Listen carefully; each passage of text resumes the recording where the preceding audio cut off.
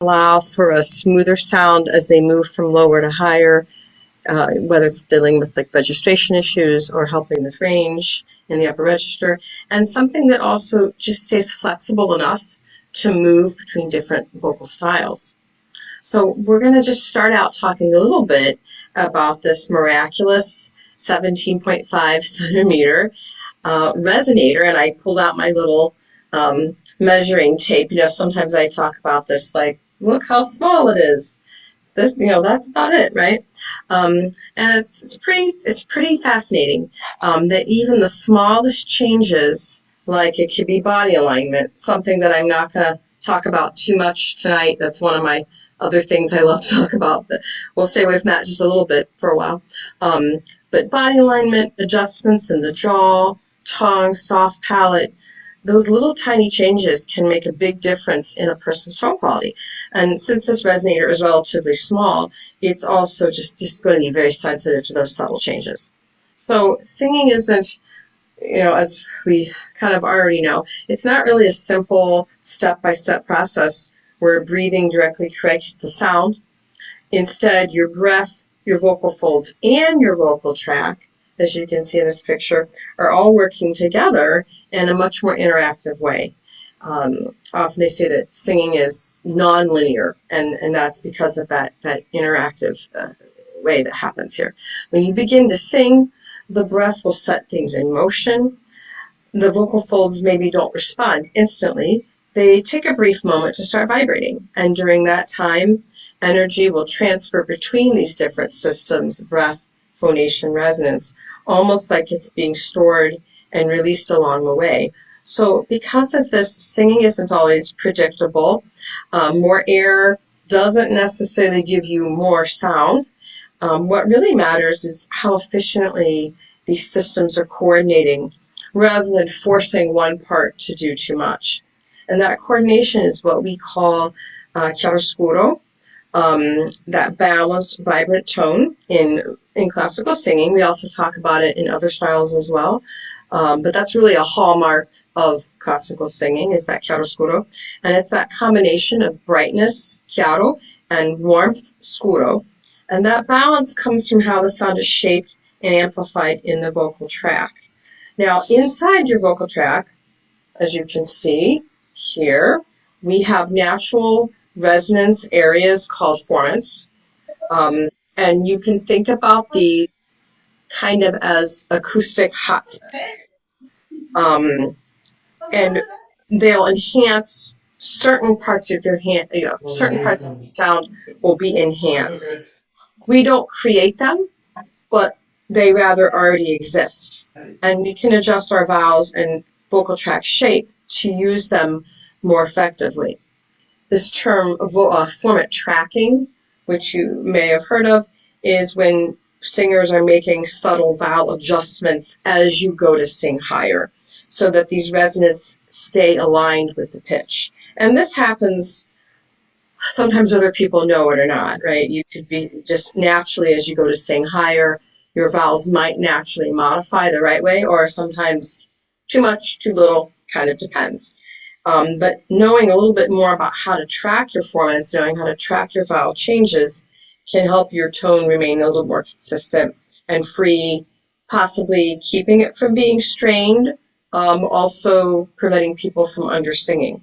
So our goal tonight is to kind of work on some little exercises, and it's just a simple goal, or not so simple. How can we get more resonance and just more sound with less effort? So that's the important part. Less effort, more resonance. So we're going to explore that together. And by the way, before I forget, once we start singing a little bit, if you're on your computer and you have your phone nearby, feel free to record yourself. I know some of you probably already do when you're practicing, or when you're in a voice lesson with your teacher, you might record. But go ahead and record tonight, when you're singing, so you can, since I won't be able to hear each of you, you can listen back later, and you can feel free to email me, if you have any questions. Okay, so just remember to do that. But first, I just want to use a simple image to better understand resonance for all of us. So one, this did not come from me. This is actually from a voice science book from the University of Iowa. But the idea is thinking of your vocal tract as having two rooms, and that's something that Ken Bozeman says. And by the way, if you want any of my references or resources, I'm happy to share those with you later on in an email if you email me. But he talks about thinking of your vocal tract as having two connected rooms. So if you think about the other picture, you saw the formant 1. Okay, and then you have your formant 2. So it's just called that because it's the first area of resonance.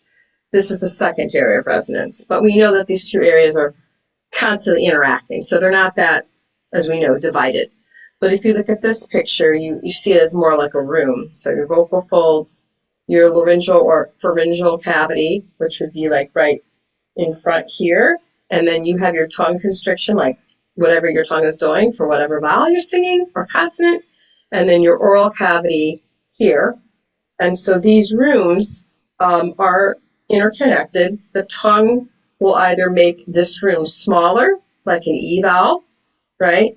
Or it'll make this room, the oral cavity, it'll make it a little bigger if it's saying an A vowel. So we'll be playing around with that in a little bit.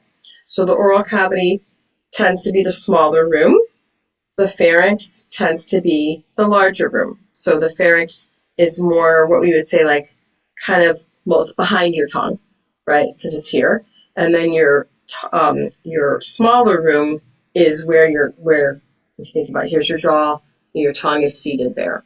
Okay. So when we sing, that sound is constantly moving between these spaces, and the balance of that can have a big impact on someone's sound. So, for instance, if the smaller room dominates too much, it can be bright, which you might need in certain styles. Say, like when you're smiling and you're trying to maybe mix belts or singing something like a little bit more using more nasal resonance. That can be a good thing, or it can become too much. It can become too bright, or it can become too thin because of that, or too tight. If the larger room dominates a little bit too much, we can have a warmer sound, but that can often sound covered or unclear. And that's usually because the tongue might be too far back. Sometimes with younger students, their tongue is not too far back, but they sound breathy or because they're young and they're still kind of working on a lot of different things. But sometimes if you're able to be a little bit more aware of what's going on in the front of your mouth, that what may seem like breathiness in somebody, it might actually, it won't go away, but you just won't hear it anymore because you'll hear a little bit more of the brilliance in the person's sound. So we're looking at, a balance of these two spaces. So another example, maybe you guys have already used this, but if you think about a funnel, I like this particular one because it kind of goes with my own head and my size. So if I think of like my right in front of my ears, this is more the bigger space, the pharynx, and then it kind of tapers off. It's a smaller space. So we're not always going to sing like that. But the idea is that this will tend to be the smaller space. And when it's working well, you can have both. You can have the depth and you can have the clarity. Okay, so now I want to show you a little bit more of what this actually looks like in the body. I don't know if anyone's seen this before, but every time I play it, just for myself, I have to play it a couple times because it's real short, okay? And you're just seeing what the vocal tract, and some of you may have already, seen something like this, but basically you're just seeing how the tongue is moving. So you can see how adjustable the space actually is. I know there's longer ones, but I like this one because, well, a couple things. If you can look at the letters like E, A, A, O, U and see when they light up. So notice like when it turns red, okay? And then also look at this arrow here. Does anybody know what it's pointing to? It's pointing to the larynx, okay? So I'll play this again. So E, A, A, O, U. Okay. So look at that again and tell me what you notice about the arrow. E, A, O, U. Okay. So what did you notice about the larynx on the ah? Well, It stays pretty straight. It's not ma moving so much. The mouth is moving and the tongue is, but the larynx mhm. is staying quite low. Yeah, yeah, exactly. It stays quite low and it moves a little bit. Yeah, a little bit. The other thing, but not, yeah, but not much. And then look at the soft palate too. So you guys can see the palate there. Yeah. And what's interesting about the palate is that it doesn't just stay in one place all the time, even for classical. It's not like it's super high the whole time. But a lot of times people will overdo the back of the throat, because they think it's supposed to be staying up the whole time. But as you can see in this picture, it's flexible. Okay, so you can see the adjusting what's going on. Um, you can right now you're seeing, okay, that's the pharyngeal um, space. This is your oral cavity space. Okay, so the next picture I want to show you is the actual formants, okay, that we talked about earlier. So this is a picture of just all the vowels, whether it's where the first formant, like where it's being enhanced here versus here. So first versus second.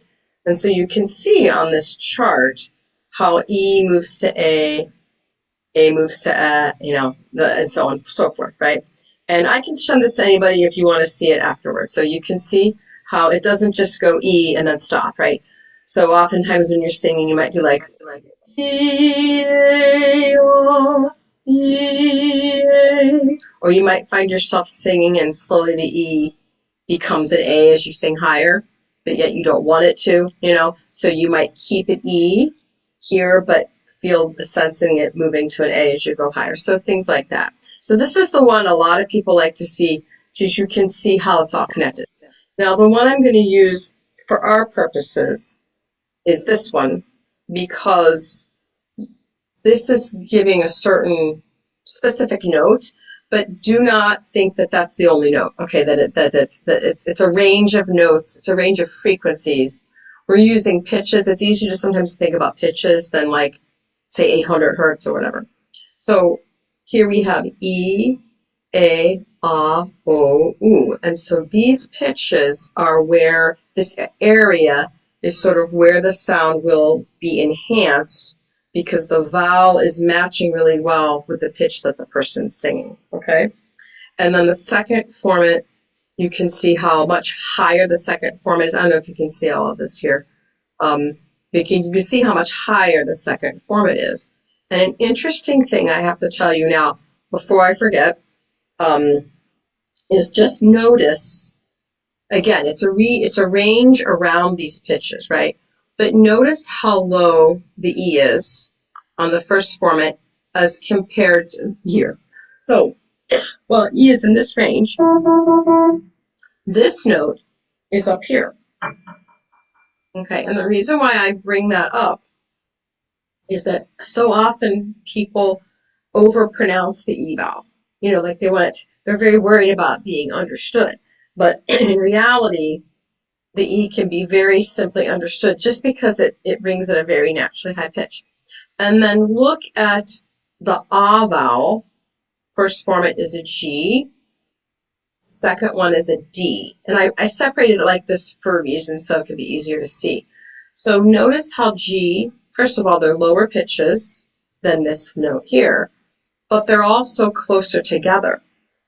And that closeness is what enhances the depth of ah. So if you think about ah, why is it always a darker vowel than E, right? And that has to do with the space, okay?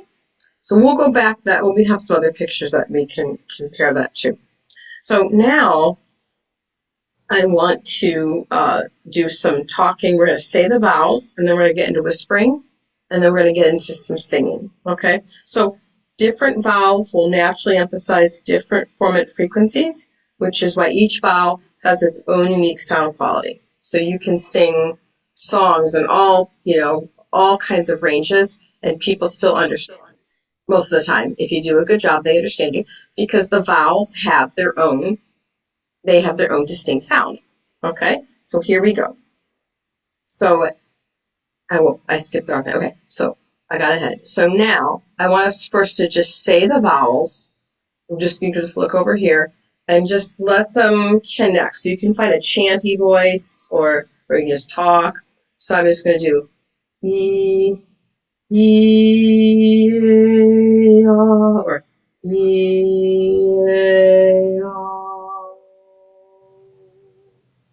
and maybe I'll just talk. E, a, o, u, and say e, a, o. Okay, so first try that. Now, obviously, like whether you're talking or singing, you probably notice that it feels slightly different. Each one feels slightly different, right? But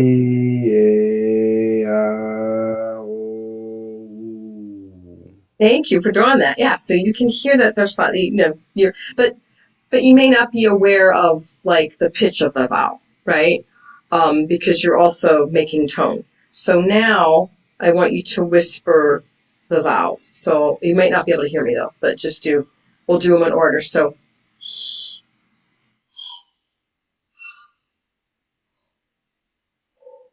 try that.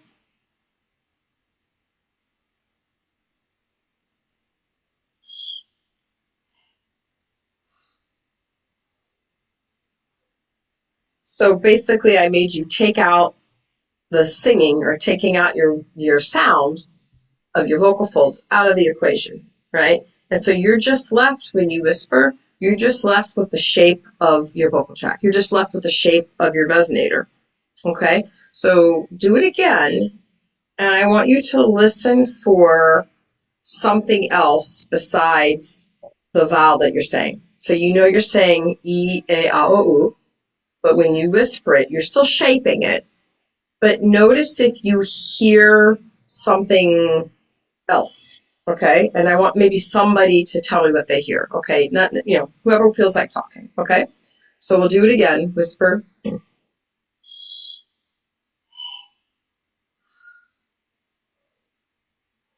Oh, and I should also tell you, it doesn't have to be a loud whisper. Mine's actually too loud, but I want you to hear me.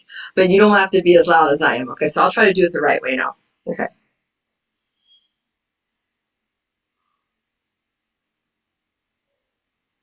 So you probably couldn't hear that, but so does anyone want to tell me if they notice a different color? I mean, different vowels than what they thought they heard? Like than when they thought they would hear? Anybody? So if you're going, let's just do E. So here we go. And you're just lightly whispering, you're shaping E, but you hear something else.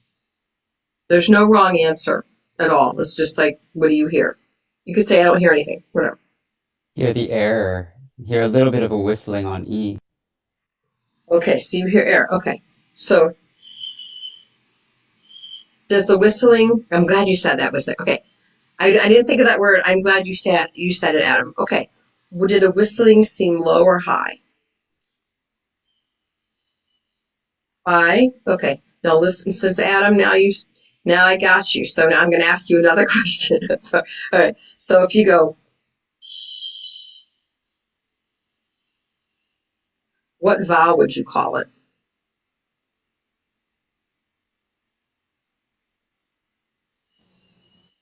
Sounds like an E as well. I'm sorry, Does like it? an A. Sorry, like an A. Ah, okay. There you go. All right. So yeah. So actually, sometimes people will hear an I, or I'll show you this. I don't expect you don't have to memorize this, don't worry. But so you said an E, right? It actually kind of sounds like I say E. There's kind of there's another sound underneath it. Okay, so don't worry. I mean, you can look at this. I'll send this chart to you later if you're interested. But you don't have to know this. Okay, but you might be curious. So, and the idea is that when you're singing, it's really hard to pay attention to that, right? You're just singing, and you're singing vowels and consonants and expression and all that. But it's kind of a neat thing to practice, because it just, especially if someone has a brighter voice, that's an interesting thing to notice. And but there's a lot of people that have that Like it's very present when they sing, and that's why they might sound too breathy or too dark. So then the next thing that we're going to talk about might help them a little bit more to bring the sound, not just bring it forward, but to have an awareness. So we'll talk about that now. So, you Sorry, notice, can I that's interrupt okay. the question? Okay, go ahead. Yes, yes, So yes. we're really just talking about vocal overtones at this point, right? That's basically what this is. Yeah, we're talking about, yeah, and we're connecting it with, because we're singers, you know, because we're either singers or we're teaching singers, we're thinking about vowels. Like what, you know, you hear an overtone, you hear a pitch, you hear a frequency, and you can pretty much tie the frequencies to vowels. And, you know, you could even do that on the piano. Like I won't go into that in this class, but like, you know, you could play a pitch on a piano and you could start to train your ear, or maybe you probably already can do this. You can hear what the vowel is. You could do this with a lot of instruments, but we're more concerned about it in singing because, you know, because we're Mm. dealing with text and trying to get the voice to carry. But that's a good question. So the next thing is we're going to go back, and I want you to whisper it again, but I want you to see if you notice where the vowel clarity lives. So, and you guys kind of already did that earlier, but we're going to draw more attention to it now.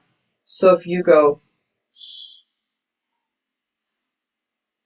so now you're aware of, like you said, the overtones, you're aware of that other kind of sound, right? But where do you sense it? So if I go, I maybe hear a pitch back there, right? But where am I feeling it on the roof of my mouth? Which part of the roof of my mouth?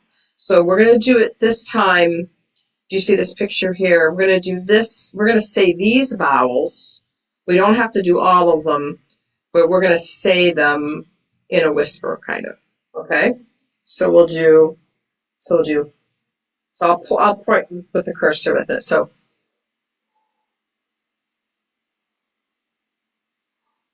we may not know. So we know oo, o, and then we have o, and we have ah, and then ah, and then e, and then a brighter ah, and then ah, and I, and then eh. But don't feel like you have to do all of them. If we could just do these, I think we'll be great. Okay, so we're gonna try this again. So we'll do it together. So I'll say it and you whisper. So oo, o, ah, ah, e, ah, and then we'll do ah. Okay. So do it one more time, whisper it, and I'll just do the cursor.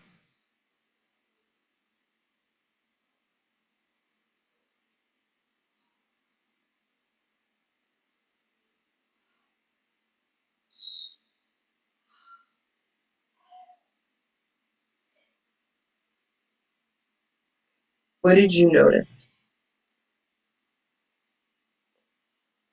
I know the picture could be influencing you, but that's okay if it is. Okay.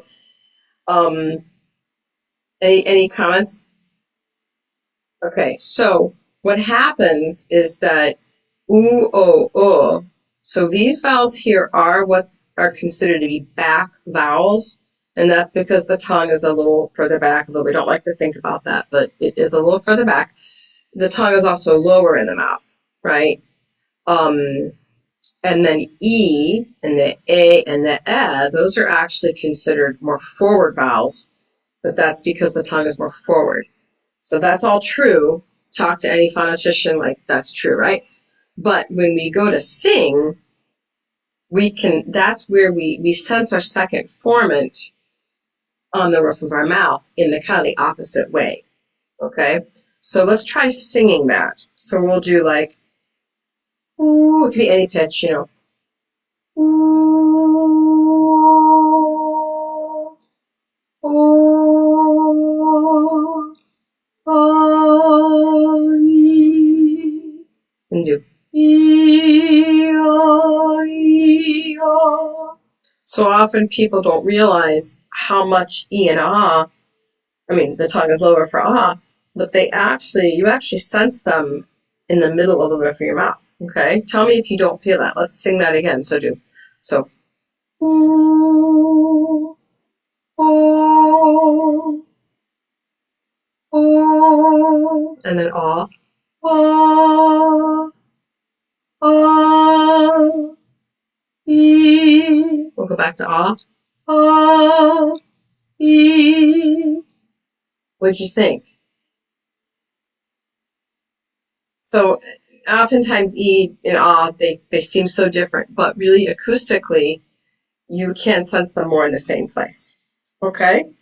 So some people, talk about the feeling in the teeth or feeling it here. And if ever a teacher's like, feel it here, And I was someone that could not feel it there. But when I discovered this with reading Ken Bozeman's book and working on this with people and trying it out with my students, I realized that might help students that are a little bit more like me that can't necessarily feel it here. And people who feel it here, there's nothing wrong with that. That's like awesome. If someone can feel it here, that's great. But a lot of people can't. And so that's where like being aware of this with the roof of the mouth can be a very helpful thing. Okay? So now you're starting to notice this maybe, that you're feeling, and we won't talk about first and second formant anymore. We can say undervowel or overvowel. So the undervowel is, I lost my picture. The undervowel is that quality, that depth quality. And then the overvowel is the one that you're trying to pronounce and have your audience understand. You have them understand you. Okay? So now connecting back to the two-room idea, we want to just practice some exercises that are going to help us with a little bit of awareness. Okay? So I'm going to do my next little slide here. Is this making a little bit of sense, or I think it's more fun when we sing too. But so this one, this is actually called Dial a Vowel. And this is from Janice Chapman's book. If anyone's interested in that book, it's really a fun, really great book. She does a lot of stuff with like body awareness, breathing, lots of cool things. So we're just going to sing this on one note. And the reason why she calls it dial a vowel is that we don't want to make a big deal of it. Now, when I think of dial, okay, so I'm going to show my age, but when I think of a dial, I think of the dial phone, like there you go. You guys know about that, like that, the dialing phone. And then also I think about my own radio. Oh, I think so. There'll be a recording. Yes, someone asked. I think there should be. I think about my radio, and when I'm trying to get 98.7 and I'm doing this, I much prefer a digital thing, like a click, click, 98.7. But I have to do like this, and if I just get a little bit off, I go too far, then it's all fuzzy. Okay, so that's kind of why this is a kind of a cool title, I think. But I didn't come up with it. So we're just going to sing E-A-O. Now I'm going to add something though. We're going to sing the. We're going to start the, they, the, the, because keeping that tongue kind of in the forefront of our mind will be helpful. Okay. So let me know if you can't, pick your own pitch. I just happened picking this one. So we're just going to sing.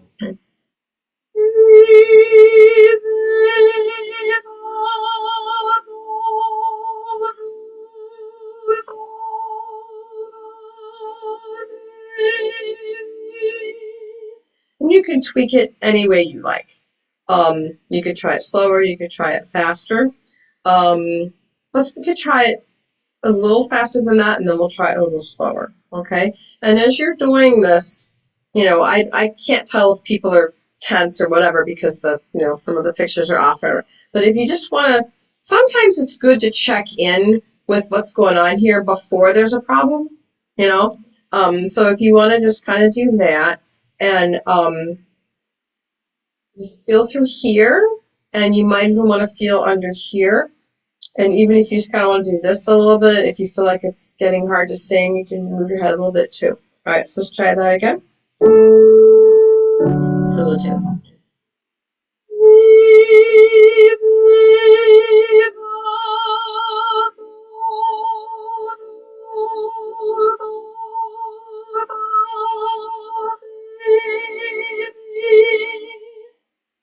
So So the first thing that happens is people might run out of breath, or you may feel like there's a dip in the pitch. Does anyone feel like their pitch is dipping? Okay. It might not be really like your voice, like it might not be what's dipping. It might just be tuning your vowels, tuning your formants. Okay. So we're going to do, so we can also take it a longer stretch. Let's do one long stretch, and you might even run out of breath. And that's okay because, we're just practicing together in my studio with a bunch of people in the room with me. Okay. So we'll try here and do.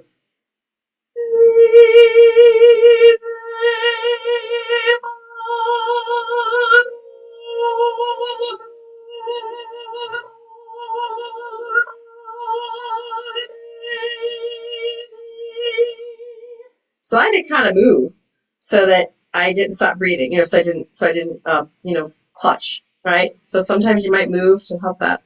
Then the other one I like to do with this, what's patterned with this one, is you just sing onsets. I know a lot of people do onsets. We're going to do the onset though with a the, since I can't hear you guys, and I don't want anyone like doing glottals, and then I don't know that you are because I can't hear you, all that stuff. So we're going to try thee, they, thou, thou, thou, thou, they, thee. Okay? And kind of notice too, it's like, where does E resonate? Well, right around the E above middle C. That's a good range. So sometimes that's often why you will start these exercises on an E, because it's in that good zone. Okay, and then it dips down. Someone said they raised their hands that they thought they were flat. That was probably happening when you got to the ah, right? Or maybe when you were getting close to running out of breath, right? So that's where you might do something like this to just, let yourself stay out. All right, so we'll try this next one, but we're going to do the onset or staccato. So we'll do the, they, the, thou, thou, thou, the, they, thee. Now maybe you wondered why I was doing this earlier, and part of it is that I've got a jaw thing, and I go to a chiropractor, and they adjust my spine. It helps my jaw. Didn't go to the chiropractor this week. So anyway, they called me like, where are you? I'm like, I'm sorry, I can't come. But they check on me. They're like worried about me. Anyway, I'm kidding. So I'm holding on to my jaw, and then I'm not holding like tight, but just kind of having it there. And it kind of makes the tongue then have to do more because I'm doing this. And the other thing I have found that when I do this, and my students too, is that I might actually have better posture, like more lengthening. And you can always go like that to yourself, if you're feeling like you're dropping right now. But sometimes just doing this helps both. Okay? So let's try it one more time. And we'll kind of press in here and do. We, they, the, thou, thou, thou, the, they, thee. Thee, they, the, thou, thou, the, they, thee. Now the only way I can do this exercise is if I don't go like this, and I can't sing it if I'm slunched or if I'm, kind of pulled over, like kind of, like, what's the word, just kind of scrunching up my body, I have to sometimes have this awareness here, okay? And the thing is, once you have the E not too wide, and I'm not looking at everybody here, but, once you don't have the E too wide, then everything else will line up a little bit better, okay? So we're going to do the next one. Are you guys singing along right now? Or you guys are singing? Okay, good. Okay. So this is the next one. So I'm making it a little bit harder, or just progressing, let's just say. We're going to go.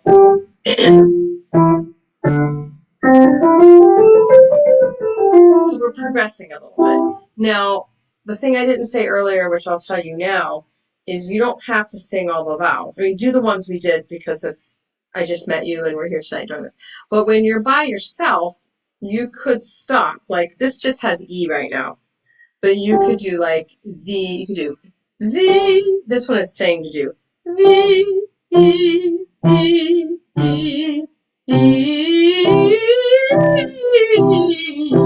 you could do that. You could also do the, they, the,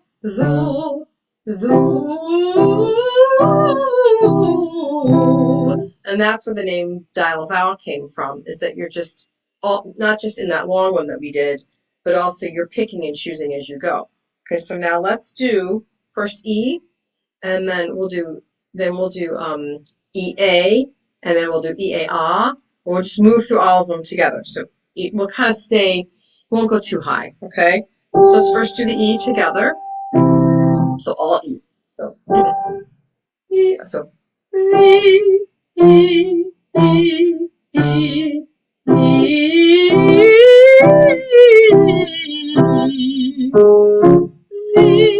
Z, or Z, E, E, E,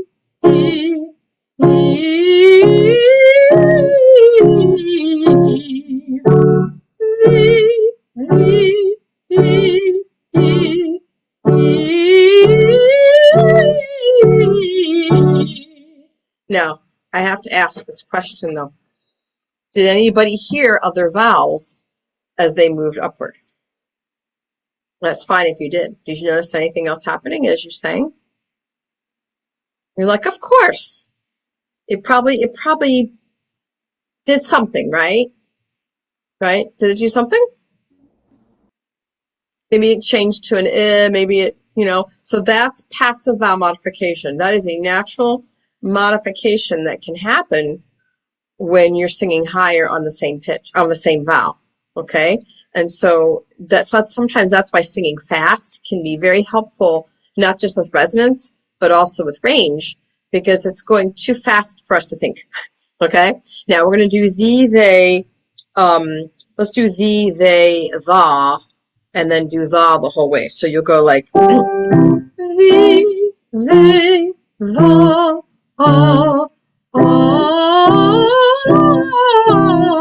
so we'll try that one. So the, they, the, and all the way up and down. Ready? So and again, keep in mind this. So the, they, let's try it together. The, they, the,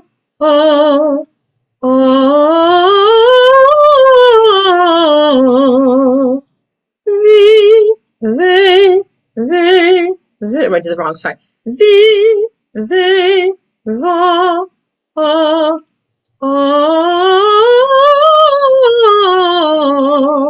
Notice I didn't want to do A with you guys. You could do the, they, the A is that's kind of hard to do for a group, because I can't help you individually. So the last one is the, they, the, though, and then we're going to do O all the way up.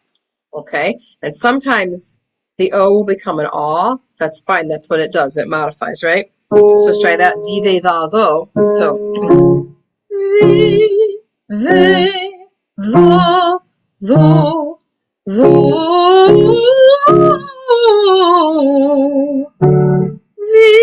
they, the, though, though.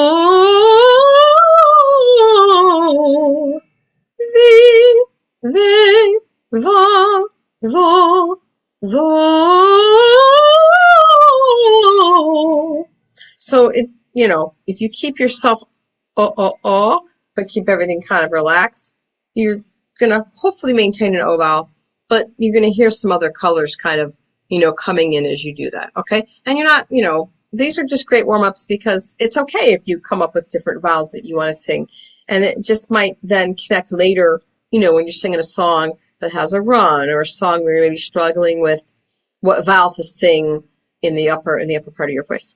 Okay, so the next thing I want to show you is, so the thing I just showed you earlier, right? Dial a vowel. So you're kind of thinking intentionally about vowels, right? Going from one to the other, making different choices depending on the day. So this, we're just going to quickly sing front and back vowels. Now, I'm not going to do these ones down here because then I have to talk about German and French vowels, and we just don't have time for that, okay? But just know that it's really cool to learn French and German, even if you're not going to sing in French and German. I hope you would, but you might not want to. But the French and German vowels are the undervowel that we were talking about earlier that we didn't get into. So like anything like a U or an like in German, or E is what we do whether we know it or not, okay? But sometimes if we practice it, it can really make a difference. But we're going to do this one, uiu, iui, uiu, iui, ui.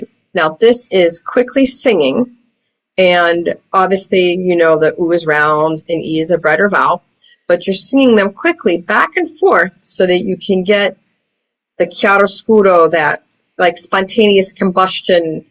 You're getting both vowels so quickly that we hear bright and dark, okay? And the other thing, it's the speed that you're using, and it's the fact that just inside inside this resonator, those vowels are connecting with each other. So they take on the other vowel's character without even realizing. It's like being with someone who's opposite of you, and all of a sudden you start talking like them. Have you ever done that? It's like, wow, I think I'm spending a lot of time with this person because now I'm taking on their sense of humor. That's kind of what these vowels do, okay? So we're going to do, first we'll do the easy way, and then I'll show you a little more difficult, fun one to do. So we're just going to go just like that, and you'll do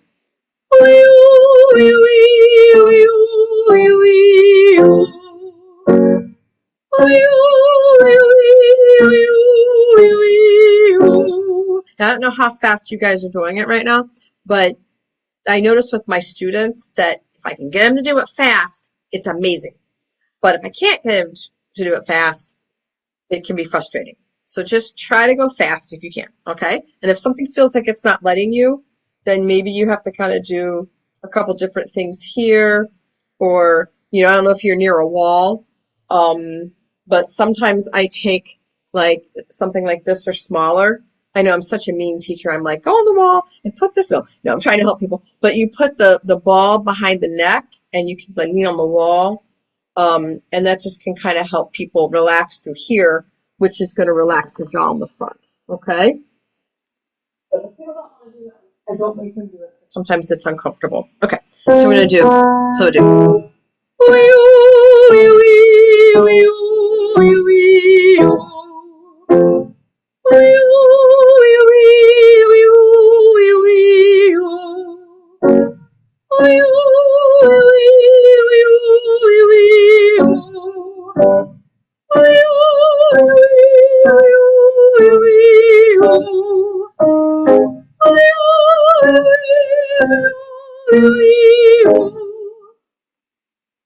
Did anyone feel it was easier to go faster, or yeah? Did your sound, I mean, you'll listen back to your recordings later, but did you did it sound, did anyone feel like they had more vibrancy in their tone, or was it harder to do? Vibrancy. Okay, cool. Okay, now then I'll give you the other one I want to show you. So it's not written here, but I really like this one. I kind of know why, because my teacher used to have me sing, I still do it, is proo-wee, proo-wee. And I love that exercise because you roll the R, it brings the sound forward. Proo-wee, proo-wee. So then when I found this one, I was like, oh, that's like the other exercise. And it's so we got a bigger span here. We have an arpeggio. So let's try that.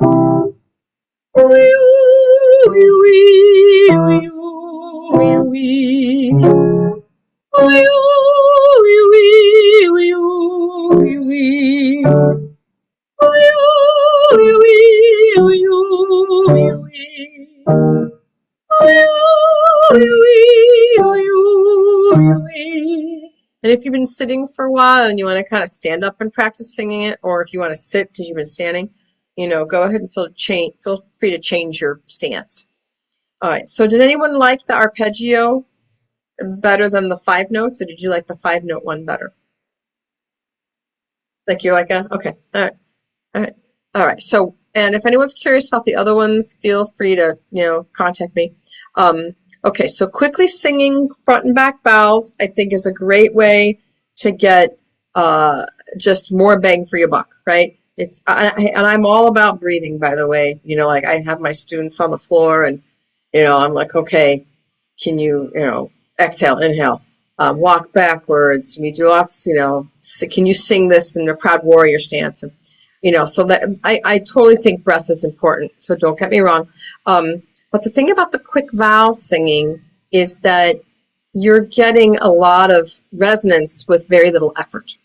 Okay. And you may find, again, because the voice is nonlinear, you may find that creates better breath because you are just quick singing vowels quickly. Okay, so it's not like you're never going to think about breath again, but you can kind of go back and forth. Sometimes if I do a psoas stretch, or I lie back over my exercise ball, and I stretch everything, and then I go to sing. I barely have to do these exercises, so it just kind of depends on the day. So this next section is called Going on a Brightness Hunt. Now, I'm not saying that we're trying to be all bright, but sometimes, in certain styles, you have to do that, right? Because you're either dealing with maybe you have to mix, but not in a classical way. You're trying to mix with brighter vowels, or maybe you're not ready yet to learn how to totally belt where you're really bringing up the chest voice even higher, but still mixing. Maybe you're not ready for that. And you're working, trying to work on just getting brighter in certain spots. So you can use these exercises for that. But I'm sort of doing it more from a classical paradigm of like, yeah, you can hear super brightness, but then we're going to take it to that chiaroscuro. So the first one here is hung, hungy, na, me. Now it does a couple things. You're getting a long phrase in, so you're getting to work on your breath support, singing a long phrase. Also, if you just say it once and you go, hungy na, you can feel like that, then there's no chance for the voice to fall back or for you to go breathy, because you're just connecting everything together, okay? And if you find yourself, like, I'll show you once. So if you're doing like, okay, so right here.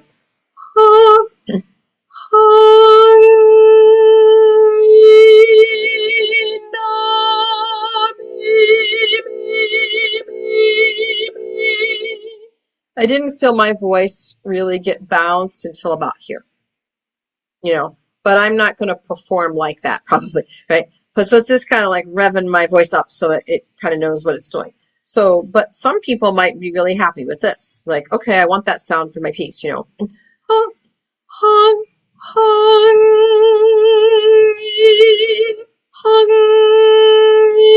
they might want that, right? But tonight I'm trying to hung. I really want by the time I get to E for it to be balanced. I don't want it to be too bright, Hung,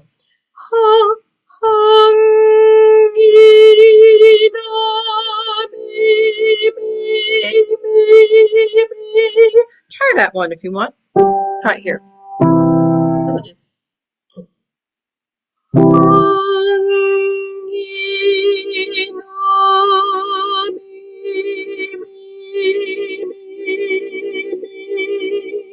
And because we're getting into and na, you might want to go back to, okay, what's going on here? You might want to begin to just make sure your knees aren't locking, or if you're sitting in a chair, try to be on the edge of the chair. Yeah, just kind of keep it loose. Okay, let's do one more. We'll try to do it a little bit, not as we'll make it a little, do a little faster. Okay, so do here. A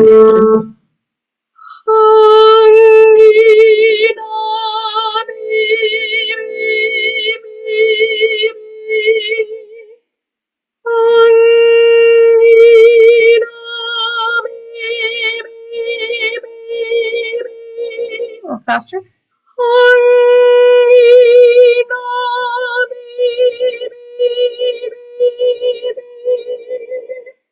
So play around with different tempos with that one. I wouldn't, don't keep doing it too long if you feel like it's making your voice tired, or If you feel like, oh, I just can't get through it, you can start, you sing it faster and then slowly get slower. Okay. Now this is kind of tongue in cheek. I'm not saying that anybody's ah is terrible. Every ah is beautiful. It's just the question of which one do you need. Okay.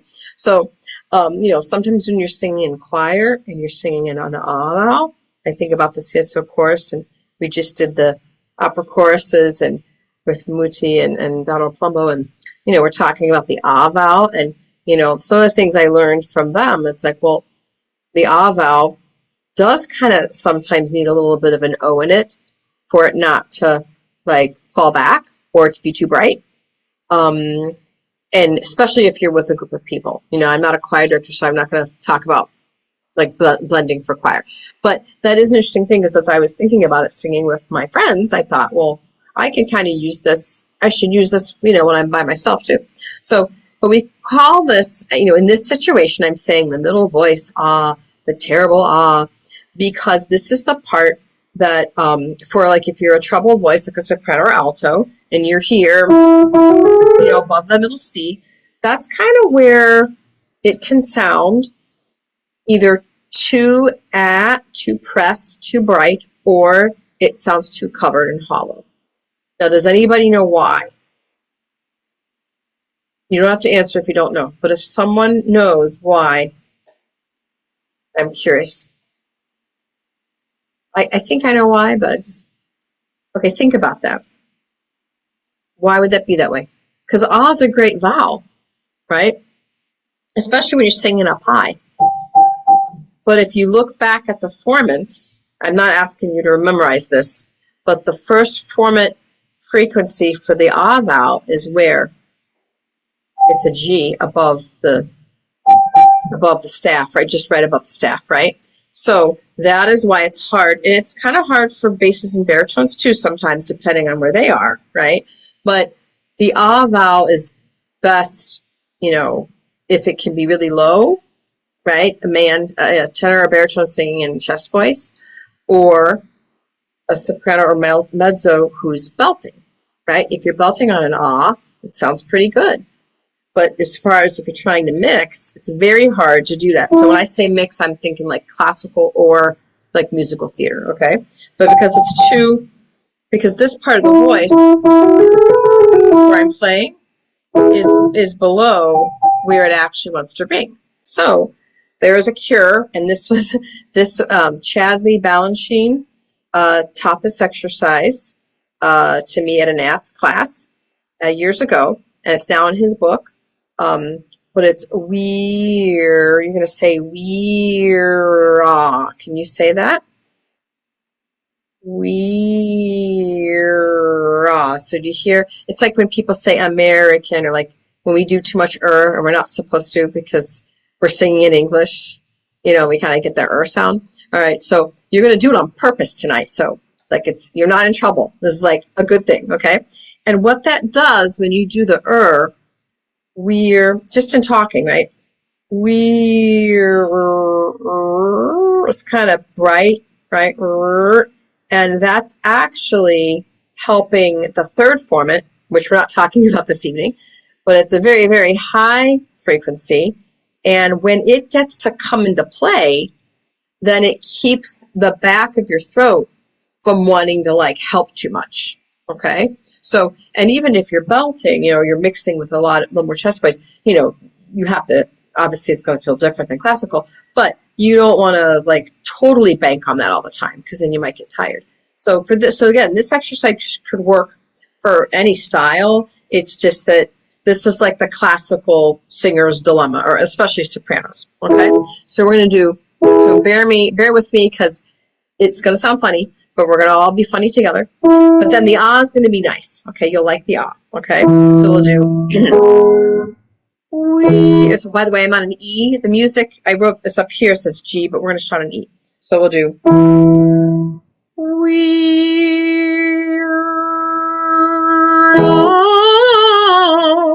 So you're going to have a ra, and it's going to happen kind of quick. You're going to spend a lot of time on that like have a lot of fun on your end there, okay? Then when you get to the ra, it's going to be quick. All right. So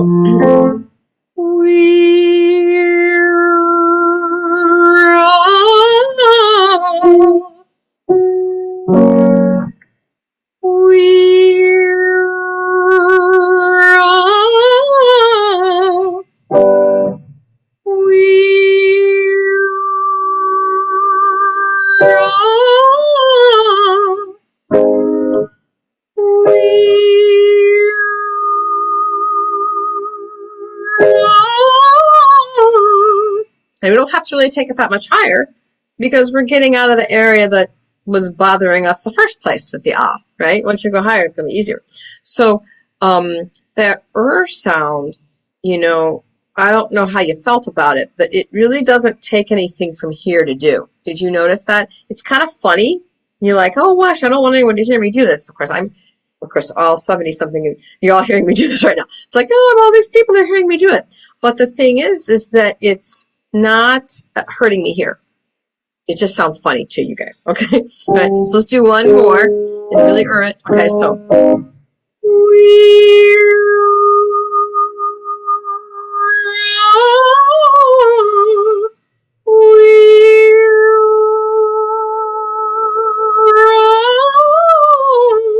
So that can be a very safe and very beneficial thing to do.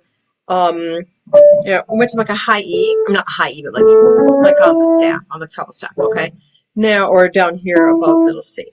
Okay, so if it feels funny at all, then it could be that you work too hard for your arm. Okay, so if that happens, just kind of try to get your tongue to do it more than your throat. Okay, now the next one I'd like to try with you if I have time. I think I have time. 1 minute, or maybe we can go a little longer. We'll see what you guys want to do. Is we're going to go ya, ya, ya, ya. Now, so you see here I wrote ya, ya, ya, ya, ya, ya, ya. So ya works the same way, except it doesn't sound as silly. Okay?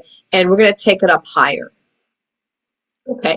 And when you get to the top note, you're still going to ya. Okay? And again, it's that ah vowel, right? This one isn't as much about the middle voice. This one is about what do I do when I descend? Okay? Has anyone ever noticed, like you sing low to high, and it can be pretty legato. It's, you know, you can gain some power, right? You go up higher because you're having the strength from your lower register, and maybe, I don't think we've talked about this, but it's like when you sing in your lower register, you may not have the overtones that you want to like carry in a hall, but you do have power. And that has to do with just the actual vocal folds. When they vibrate, the actual decay of sound in your lower register doesn't decay as fast. The high soprano singing high, it might carry better in the hall, like boom, there it is, right? But it also decays faster. So that's a great reason to practice low to high. Also, we did earlier high to low, which is, of course, great, right? But we're going to do ya, ya, ya. So you'll do ya, ya, ya, ya. And what I want you to figure out is, does that help you at all have a better legato on your way back down? Okay? So here we go. So we go. You like maybe not. Okay, like maybe not. Okay. So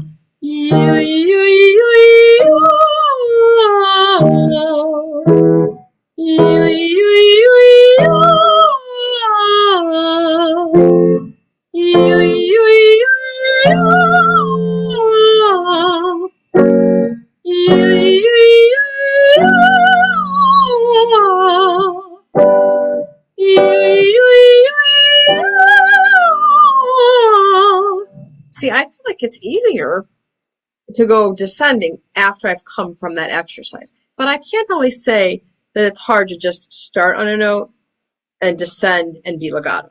So that's kind of the purpose of that exercise. I think I have some questions here. Wait. Okay. Oh, okay. I wanted to see if there's anything I should answer.